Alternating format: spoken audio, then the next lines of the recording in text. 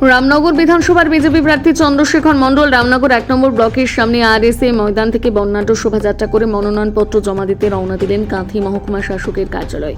বহু কর্মী সমর্থকদের সঙ্গে নিয়ে কাঁথি মহকুমা শাসক দপ্তরে পৌঁছন রামনগর বিধানসভার বিজেপি সমরচিত প্রার্থী ডক্টর চন্দ্রশেখর মণ্ডল। বলেন, মানুষের বাড়ি থেকেই বহু মানুষের সমর্থন পেয়েছি।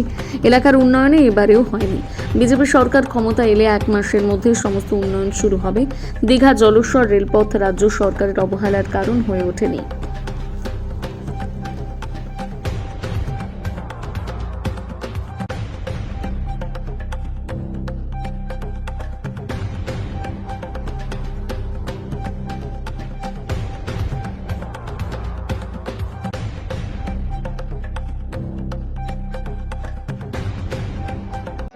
কর্মীদের উচ্ছ্বাস কি বলবেন? জনগণ জনার্দন, হাজার হাজার কর্মী সমর্থক কার্যকর্তা আজকে প্রবল উৎসাহে সমবেত হয়েছেন।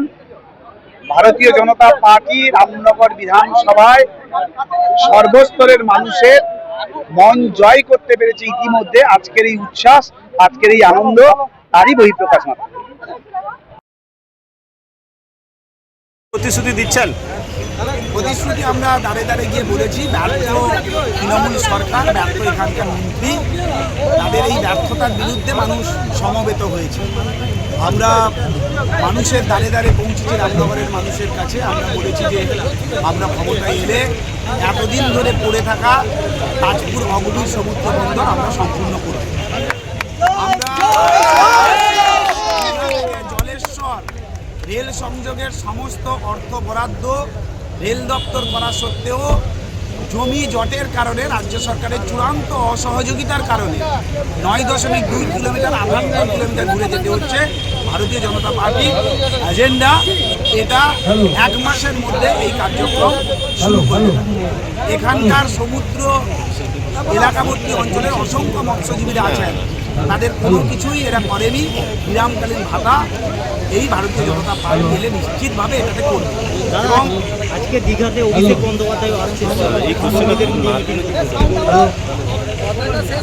হেরে যাওয়া বিষয়, কে কাকে কীভাবে হারাবে এইটা নিয়ে আরেকটু প্ল্যান করে নিতে হবে।